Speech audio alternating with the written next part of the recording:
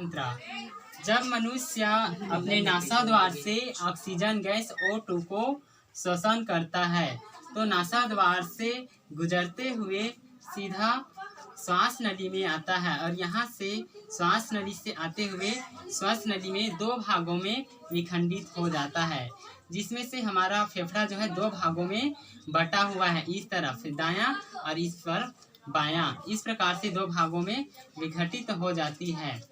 यहाँ श्वास नली में आते O2 सीधा धमनी में आता है, जो कि CO2 धमनी में उपस्थित रहता है।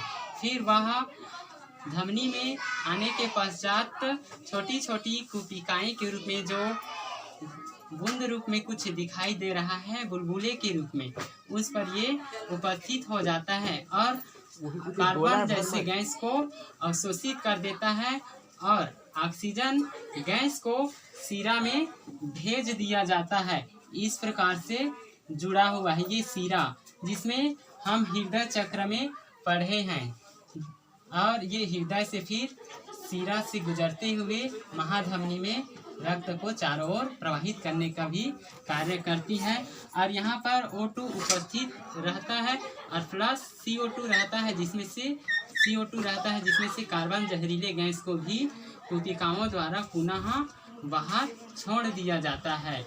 और इस प्रकार से जब श्वसन हम लेते हैं तब वक्षगुहा का आयतन बढ़